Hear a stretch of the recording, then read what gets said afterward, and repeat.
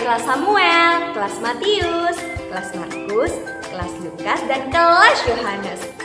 Wah, kakak sudah kangen loh sama kalian semua. Ayo, masih ingat gak sama Kak Kesha? Wah, bagaimana nih kabar kalian selama ada di rumah? Untuk adik-adik yang sudah bersekolah, bagaimana sekolah online-nya? Pasti menyenangkan ya. Kakak berharap kalian tetap semangat dan jaga kesehatan ya di rumah. Nah adik-adik, sekarang kita akan memulai ibadah kita ya. Jangan lupa untuk menyiapkan Alkitab kalian. Alkitab, Alkitab, bukunya Tuhan. Alkitab, Alkitab, buku kesayangan. Ku punya Alkitab, ku punya Alkitab. Ini Alkitabku, ini firman Tuhan. Nah adik-adik, selamat beribadah. Nah, hari ini Kak Jimmy akan membacakan satu ayat firman Tuhan dari Filipi 4 ayat 4.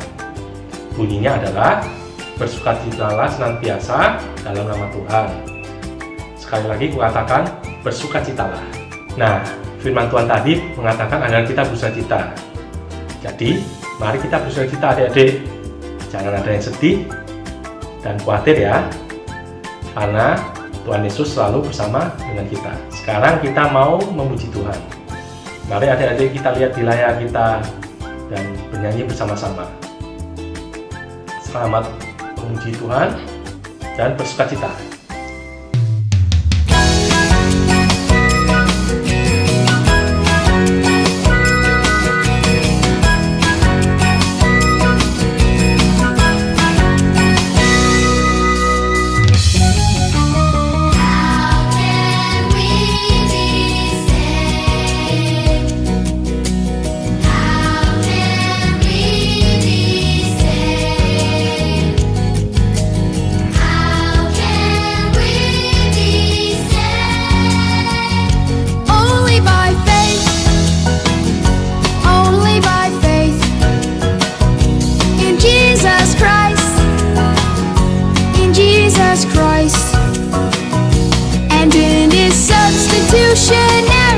Atoning death on the cross, in His substitutionary atoning death on the cross.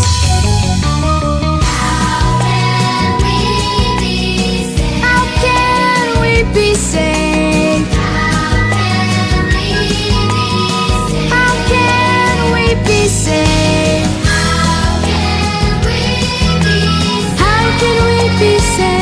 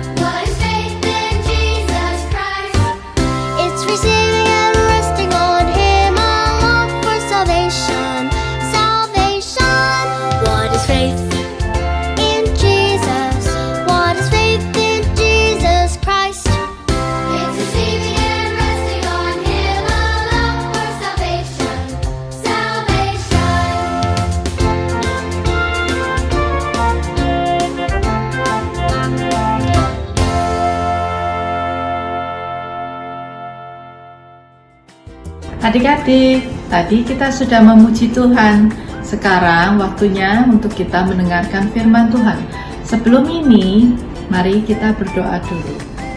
Terima kasih Tuhan, Engkau telah mengumpulkan kami supaya kami bisa mendengar tentang firman-Mu ya Tuhan.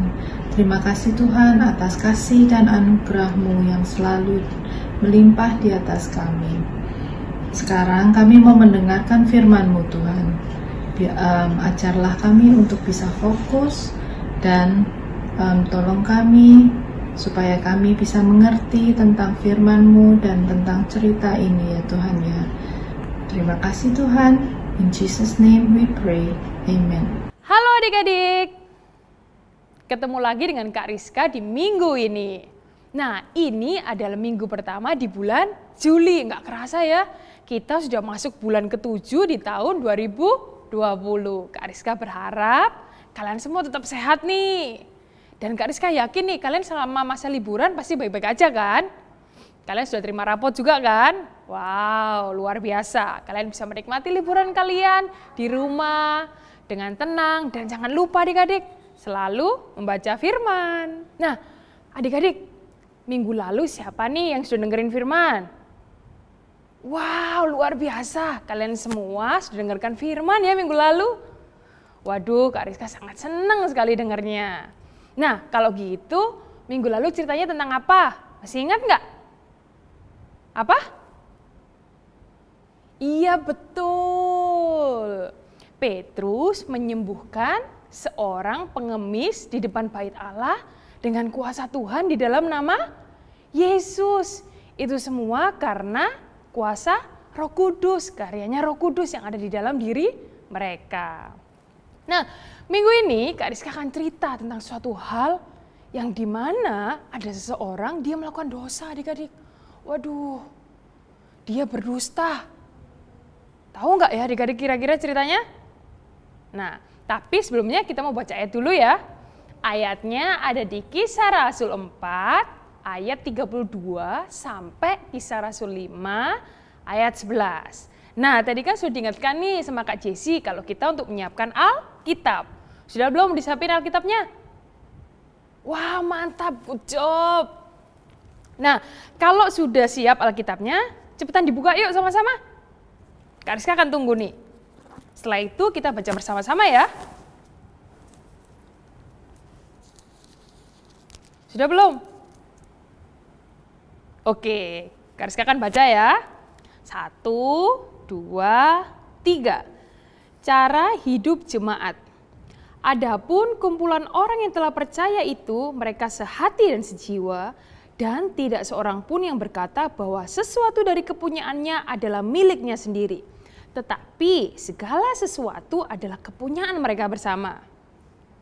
Dan dengan kuasa yang besar, Rasul-Rasul memberi kesaksian tentang kebangkitan Tuhan Yesus dan mereka semua hidup dalam kasih karunia yang melimpah-limpah. Sebab tidak ada seorang pun yang berkekurangan di antara mereka.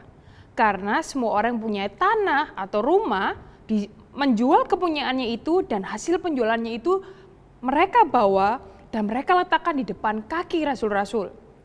Lalu dibagikan kepada setiap orang sesuai dengan keperluannya. Demikian pula dengan Yusuf yang oleh Rasul-Rasul disebut Barnabas, artinya anak penghiburan. Seorang Lewi dari Siprus. Ia menjual ladang miliknya lalu membawa uangnya itu dan meletakkannya di depan kaki Rasul-Rasul. Kita masuk ke pasal kelima ya, Kisah Rasul 5 ayat 1 sampai 11. Ananias dan Safira. Ada seorang lain yang bernama Ananias. Ia beserta istrinya Safira menjual sebidang tanah. Dengan setahu istrinya, ia menahan sebagian hasil dari penjualan itu dan sebagian lainnya dibawa dan diletakkan di depan kaki Rasul-Rasul. Tetapi Petrus berkata, Ananias, mengapa hatimu dikuasai iblis? Sehingga engkau mendustai Roh Kudus dan menahan sebagian dari hasil penjualan tanah itu. Selama tanah itu tidak dijual, bukankah itu tetap kepunyaanmu? Dan setelah dijual, bukankah hasilnya itu tetap dalam kuasamu? Mengapa engkau merencanakan perbuatan itu dalam hatimu? Engkau bukan mendustai manusia, tetapi mendustai Allah. Ketika mendengar perkataan itu, rebahlah Ananias dan putuslah nyawanya. Maka sangat ketakutan semua orang yang mendengar hal itu. Lalu datanglah beberapa orang muda, mereka mengapani mayat itu, mengusungnya keluar dan pergi menguburnya. Kira-kira 3 jam kemudian masuklah istri Ananias. Tetapi ia tidak tahu apa yang terjadi. Kata Petrus kepadanya, "Katakanlah kepadaku, dengan harga sekiankah tanah itu kamu jual?" Jawab perempuan itu, "Betul sekian." Kata Petrus, "Mengapa kamu berdua bersepakat untuk mencobai roh Tuhan? Lihatlah, orang-orang yang baru mengubur suamimu berdiri di depan pintu, dan mereka akan mengusung engkau juga keluar." Lalu rebahlah perempuan itu seketika itu juga di depan kaki Petrus dan putuslah nyawanya. Ketika orang muda itu masuk, mereka mendapati dia sudah mati. Lalu mengusungnya keluar dan menguburnya di samping suaminya. Maka sangat ketakutanlah seluruh jemaat dan semua orang yang mendengar hal itu. Nah, ketika Petrus dan Yohanes menceritakan tentang Tuhan, banyak sekali orang percaya. Meskipun banyak ahli agama nggak setuju, bahkan mereka mengancam. Betul nggak adik-adik? Betul ya, cerita minggu lalu berbicara begitu. Tapi karena semakin banyak orang percaya, orang-orang yang baru percaya ini adik-adik disebut dengan jemaat mula-mula. Dan jemaat ini, orang-orang ini merasa bahwa Yesus itu sudah mengampuni mereka. Dan terlebih lagi adik-adik, roh Tuhan itu ada di dalam diri mereka. Sehingga mereka merasa sukacita, mereka merasa damai, mereka merasa bahagia. Karena apa? Karena sudah diterima sama Tuhan Yesus. Ada Yesus di sana, ada Yesus di hati mereka semua. Dan fokus hidup mereka sekarang adalah untuk memuliakan Allah. Begitu juga dengan adik-adik dan Kak Rizka nih. Hidup mereka mengalami perubahan. Dan siapakah adik-adik yang bisa membuat perubahan itu? Tahu nggak adik-adik siapa? Iya benar, Roh Kudus yang membuat perubahan di dalam hati mereka. Sehingga mereka mampu, mereka bisa mengasihi Allah. Dan mereka bisa mengasihi sesama. Karena apa? Yesus sudah terlebih dahulu mengasihi mereka. Sehingga mereka dimampukan untuk mengasihi sesama. Dan juga ternyata mereka ini menjual barang-barang miliknya. Bukan hanya barang yang kecil adik-adik. Tapi mereka menjual tanah. Tanah ini harganya nggak murah loh. Dan tanah yang dijual ini hasilnya bukan untuk disimpan diri mereka sendiri, bukan untuk belanja keperluan mereka sendiri, bukan adik-adik. Tapi hasil dari ladang, ada hasil dari penjualan ladang ini diserahkan kepada rasul-rasul. Dan ditaruh di bawah kaki mereka. Untuk apa adik-adik? Untuk keperluan jemaat. Wow, luar biasa. Orang-orang ini memikirkan sesamanya. Mereka memikirkan orang lain. Begitu juga dengan kita adik-adik ya. Kita juga harus memikirkan sesama kita. Teman kita, keluarga kita, bahkan orang-orang yang belum mengenal Tuhan. Nah, adik-adik ada satu orang nih, namanya siapa? Barnabas. Tadi kan di ayat itu sudah dikasih tahu nih, namanya siapa? Barnabas yang artinya anak penghiburan. Dia ini adalah orang yang sangat bersyukur sekali. Karena apa? Dia merasa sudah diampuni. Dia merasa diterima. Sehingga dia memberikan hidupnya untuk kemuliaan Tuhan. Tahu nggak adik-adik apa yang dia lakukan? Benar adik-adik, dia menjual ladangnya. Dia menjual tanahnya. Dan hasilnya ini diberikan kepada rasul. Untuk dibagikan dengan jemaat-jemaat yang membutuhkan. Dan motivasi dari Barnabas ini dia sangat tulus. Dia sangat bersyukur karena apapun yang dia punya itu adalah pemberian Tuhan. Tanpa ada motivasi yang salah, dia memberikan apa yang dia punya. Wow, luar biasa ya adik-adik ya. Semua ini karena karya Roh Kudus yang bekerja di dalam diri jemaat mula-mula adik-adik. Nah, dari sini kita bisa belajar adik-adik. Saat Roh Kudus di dalam hidup kita, itu mampu membuat kita berbuat sesuatu yang baik, berbuat sesuatu yang benar. Oke. Tapi adik-adik, ada sepasang suami istri. Namanya siapa tadi? Istilah yang kita baca di ayat tadi? Ananias dan Safira. Sama-sama katakan, Ananias dan Safira. Mereka ini suami istri yang juga menjadi jemaat mula-mula ini. Mereka menjadi pengikut Yesus. Tapi tidak dengan tulus hati adik-adik. Mereka punya motivasi yang salah. Mereka punya suatu agenda adik-adik. Mereka punya ingin supaya dipuji. Mereka juga ingin supaya diterima oleh orang-orang adik-adik. Nah, mereka ini juga menjual hartanya. Mereka menjual ladangnya untuk bisa diberikan ke rasul. Tapi waktu dia setelah menjual hasil ladangnya ini, ladangnya ya mungkin besar ya adik-adik ya, karena saya nggak tahu juga sih. Nah, ladangnya ini kan terima uang nih. Nah, uangnya ini ternyata disimpan sebagian, yang sebagian diberikan ke rasul. Bener nggak adik-adik? Ada yang salah nggak adik-adik? Nggak ada adik-adik. Ananias punya uang nih, tapi Roh Kudus nggak ada di dalam mereka. Mereka pura-pura mengasihi Allah, mereka pura-pura mengasihi orang miskin. Mereka pura-pura bermurah hati. Itu artinya apa adik-adik? Berpura-pura sama dengan berdusta. Jadi Ananias dan Safira ini tidak menyerahkan semuanya dari hasil penjualannya kepada Rasul Petrus. Dia cuma menyerahkan sebagian. Lalu Rasul Petrus bilang nih, mengapa kamu biarkan iblis menguasai hatimu? Kamu menipu Roh Kudus dengan menyimpan sebagian uang tanahmu dan mengatakan ini adalah semua. Mengapa kamu bohong dan merencanakan kejahatan di dalam hatimu? Wow, adik-adik, gimana ya caranya supaya Rasul Petrus kok bisa tahu nih kalau Ananias berbohong? Iya adik-adik, itu karena Roh Kudus. Roh Kudus yang di dalam hati Petrus, dia memberitahu Petrus kalau Ananias berdusta adik-adik. Lalu, gak lama setelah itu adik-adik, Ananias langsung jatuh dan dia mati adik-adik. Seketika itu juga dia mati. Waduh, Kak Rizka bayangkan ya kalau Kak Rizka ada di sana nih. Waduh, pasti takut ya. Tiba-tiba dia mati adik-adik. Karena dia berdusta. Adik-adik, Tuhan itu melihat apa yang di dalam hati kita. Dia nggak melihat seberapa besar atau kecilnya pemberian kita. Tapi dia melihat hati kita. Dia tahu apa yang benar dari hati kita. Dan kalau kita bisa melakukan hal yang benar, kita bisa berpikir hal yang benar. Itu semua karena Roh Kudus. Gak lama setelah itu adik-adik, waktu Ananias jatuh, akhirnya pemuda masuk nih, beberapa pemuda masuk, gotong nih, digotong Ananiasnya, dikafani, lalu pergi untuk dikuburkan. Nah setelah itu, 3 jam setelah itu adik-adik datang nih, siapa yang datang? Bener adik-adik, Safira, istrinya Ananias. Dia datang nih, dia datang. Dia berharap waktu dia datang, dia akan disambut nih dengan banyak orang.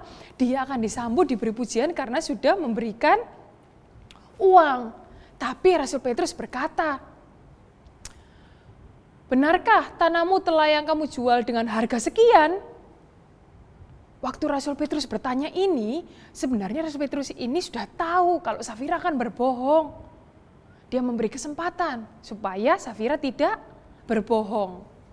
Lalu Safira menjawab adik-adik, ya memang sebesar itulah jumlahnya.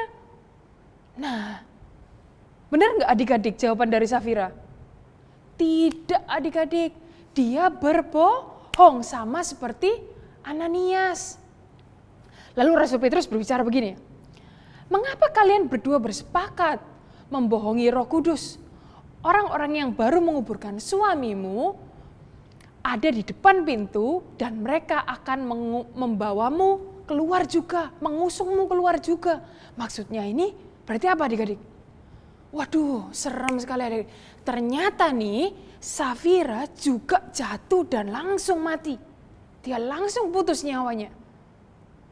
Akhirnya nih pemuda yang tadi di depan pintu tadi dia datang masuk akhirnya membungkus mayat dari Safira ini. Akhirnya dibawa untuk kuburkan adik-adik.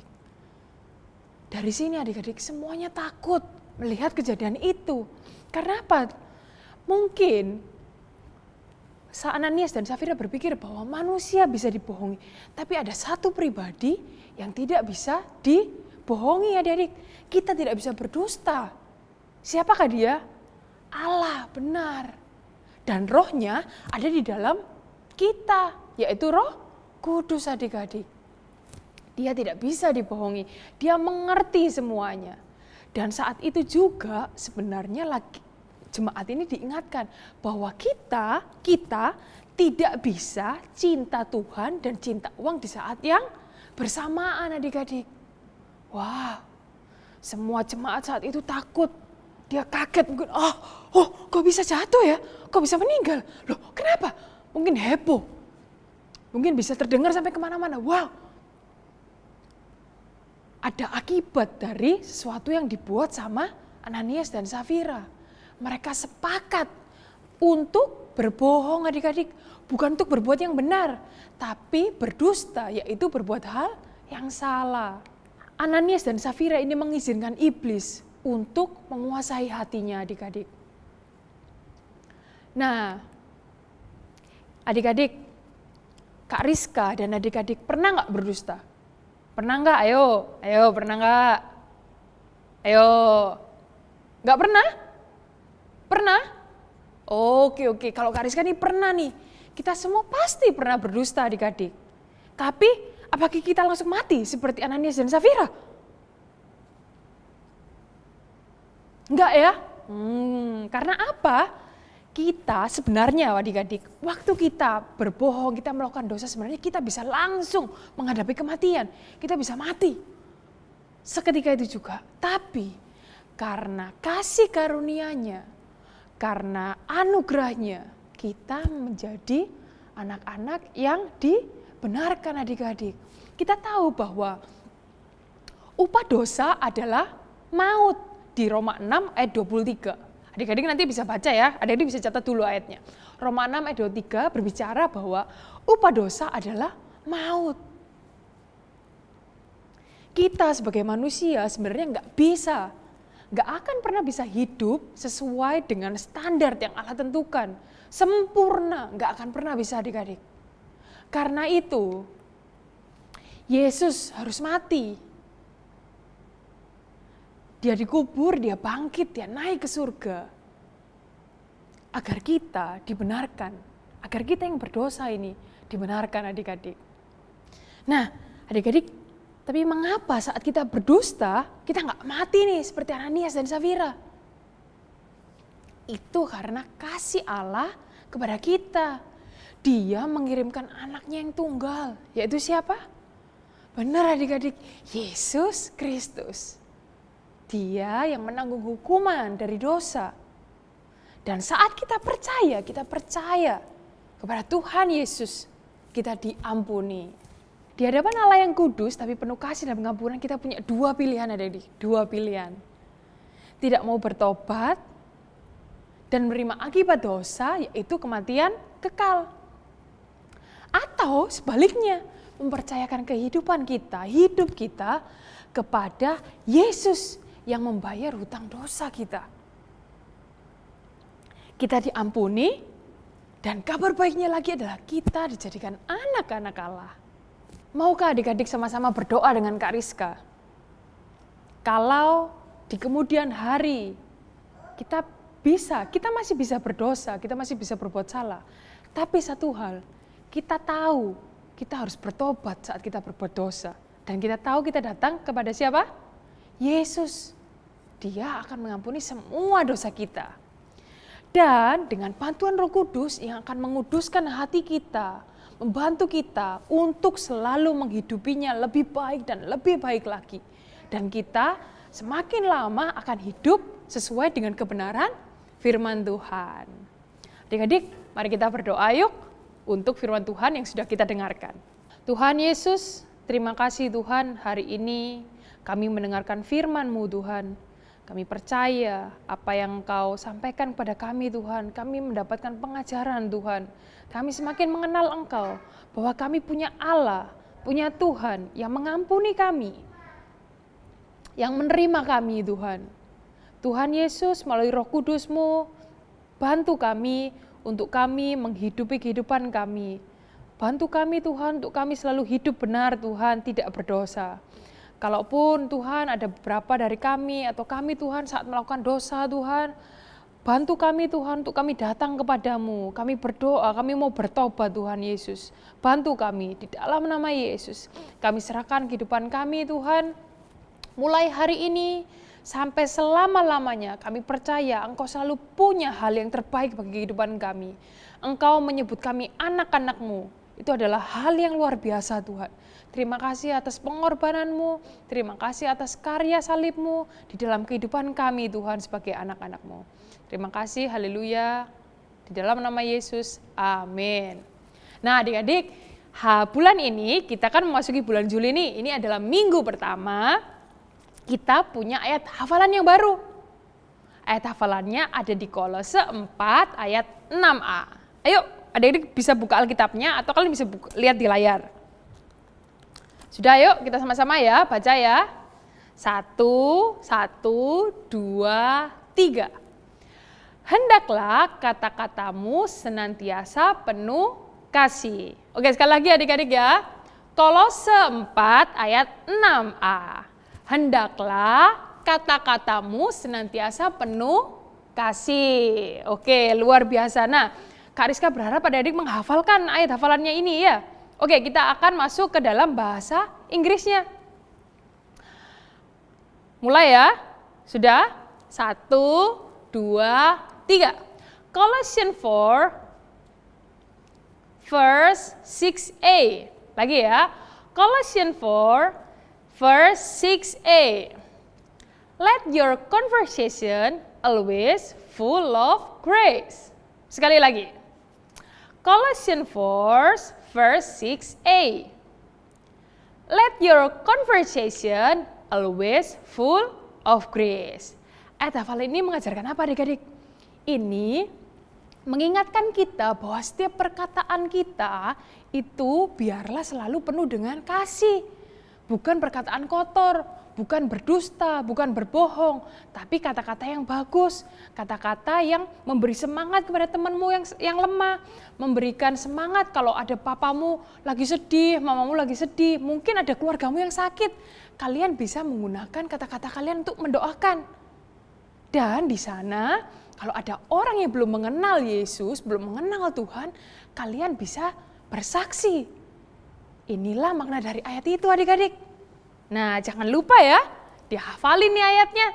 Karena ini baru minggu pertama di bulan Juli. Halo adik-adik. Kalian barusan dengarkan firman Tuhan ya? Nah adik-adik, kakak mau mengingatkan bahwa Tuhan Yesus sangat sayang kepada adik-adik. Oleh sebab itu, jangan lupa baca firman Tuhan setiap hari dan juga baca buku renungan ya adik-adik.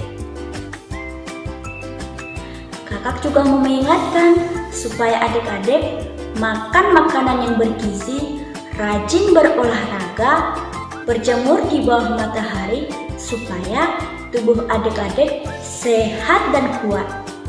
Dan juga sering-sering cuci tangan ya adik-adik. Sampai jumpa, God bless you.